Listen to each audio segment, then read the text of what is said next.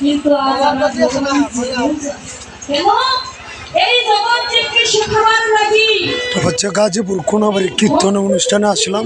সেটা ভগৎ কত সুন্দর কীর্তন।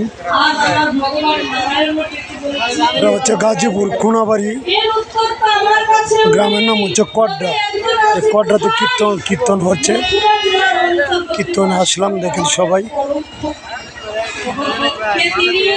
সন্দীপনী মুনি বাবা, সন্দীপনী মুনি কিন্তু কৃষ্ণের কৃষ্ণ বলরাম এবং সুভদ্রা ওখানে সকলেই শিক্ষা লাভ করেছে। তো সকলেই ছুটে বলছেন সন্দীপনী মুনির কাছে, তবে কেমন করে বৈষ্ণবের বেশখানা ধারণ করে বাবা। আর সন্দীপনী মুনি কি করতেন? প্রত্যেক দিন ব্রহ্ম মুহূর্তকালে স্নান করে ভেজা কাপড়ে গলায় একটা গামছা নিয়ে দাঁড়িয়ে থাকতেন আর ভগবানকে ডেকে বলতেন, হে প্রভু তুমি একজন বৈষ্ণব অতিথি, হচ্ছে গাজীপুর কোনাবাড়ি কড্ডা।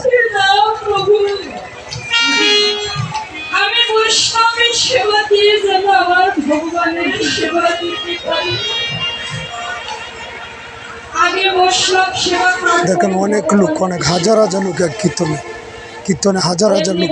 আমার ভগবান একজন বৈষ্ণব পাঠিয়ে আর বৈষ্ণবের সেবা দিয়ে যেই না ভগবানের সেবা দিতে লাগলেন, ঠিক সেই সময়ে ব্রহ্মা বিষ্ণু শিব এবং নারদ চারজনে বৈষ্ণবের বীজ ধারণ করে মুনির দুয়ারে এসে দাঁড়িয়েছে আর ডাকছেন, হে মুনিবর